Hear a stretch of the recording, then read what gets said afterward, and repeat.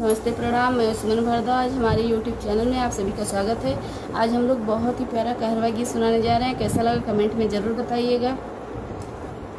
दिन भर घूमेली ससुइया रहाई न पटरी, राजा का हत्या तो खाना माया लग बनई, राजा का हत्या तो खाना माया लग बनई। दिन भर घूमेली ससुइया रहाई न पटरी, राजा का हत्या तो खाना माया लग बनई, राजा का हत्या तो खाना माया लग बनई। अपना तो पहने सासु झूमे का झुलनिया, अपना तो पहने सासु झूमे का झुलनिया।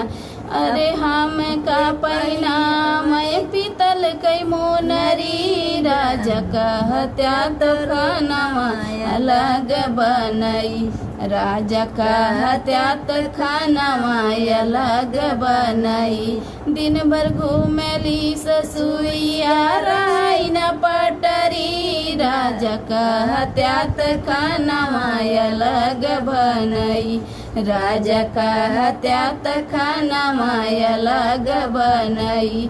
अपना तो राह जठनी महला दू महला, अपना तो राह जठनी महला दू महला। अरे हम का तो दियाली टूटई मड़ई, राजा का हत्या तो खाना माया लग बनई, राजा का हत्या तो खाना माया लग बनई।